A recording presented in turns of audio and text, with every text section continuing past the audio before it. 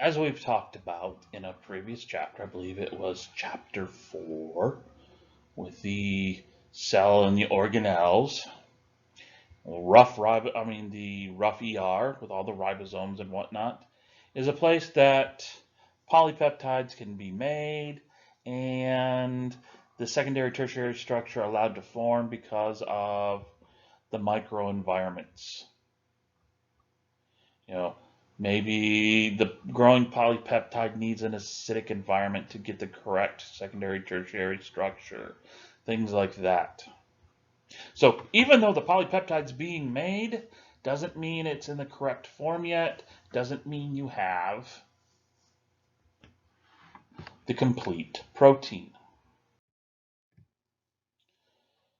Just like the messenger RNA has a precursor RNA that will be spliced and capped and tailed and all that stuff to get the final outcome. Turns out with polypeptides, there's also going to be some post-translational modification. The gene, the blueprint in the gene, codes for the amino acid sequence, the primary structure. Okay? Sometimes the primary structure needs a little help, a little outside environmental help to get the correct secondary structure. Then a little help to get the correct tertiary structure.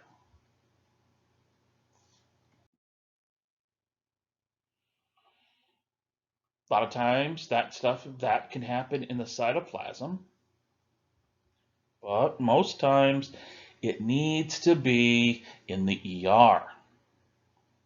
We've talked about this before in a previous chapter.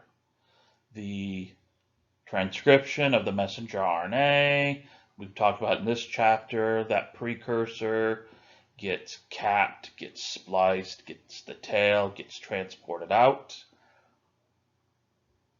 through the nuclear lamina, through the nuclear envelope, through a nuclear pore. But how does that information yield you a polypeptide ready to be processed and folded in the ER?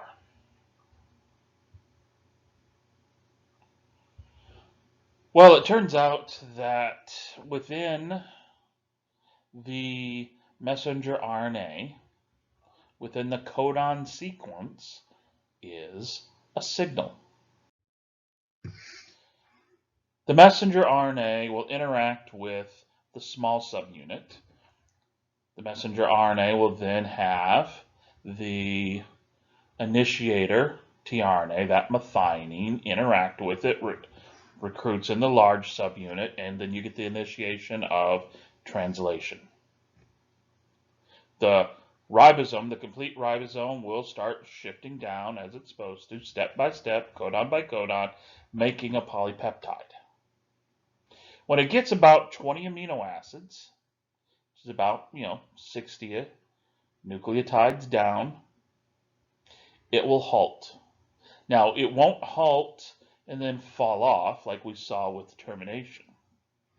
It'll halt and it will remain stable because those 20 amino acids not only help stabilize the ribosome, keep it in place, but will also trigger motor proteins and signal proteins and whatnot to traffic that ribosome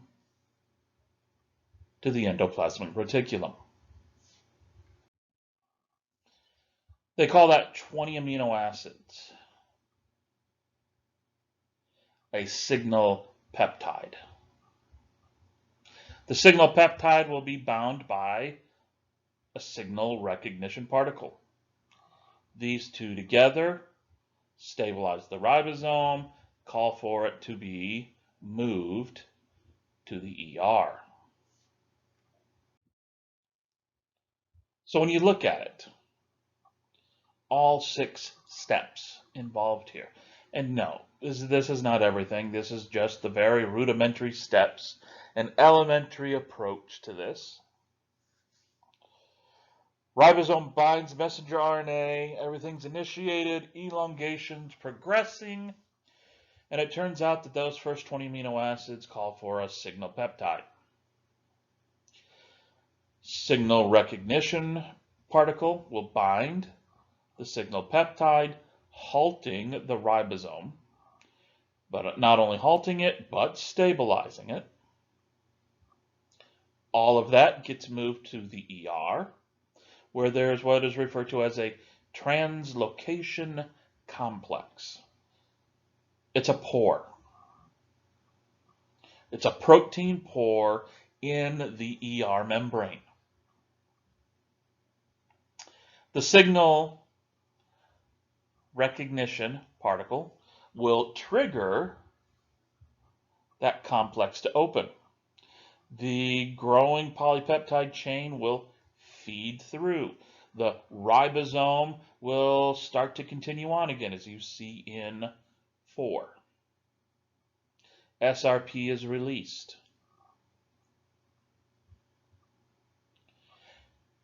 Ribosome continues on. The elongation process continues on as we've talked before. But now the polypeptide, as it's being made, it's being pushed through that translocation complex pore into the interior, the lumen of the ER. Ribosome hits the end of the gene. The normal termination process that we've talked about already in this chapter will occur. 2 subunits dissociate, messenger RNA released, so does the polypeptide. But now the polypeptide is in ER lumen in an environment that is beneficial in aiding that polypeptide in getting its correct folded shape. Thus you end up with a protein.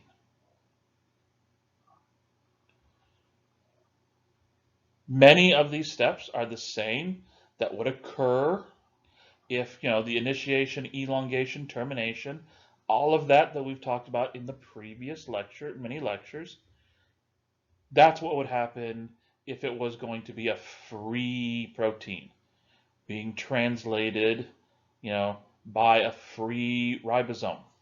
Here, we're talking about one that needs to be inside the ER. So we're dealing with the rough ER, ribosome bound to it as the new polypeptide is being made. But it turns out the ribosomes are not permanently attached. They're transient. They're attached, they interact only when there's that signal peptide, only when that signal recognition particle binds to the signal peptide, recruiting the ribosome to the rough ER.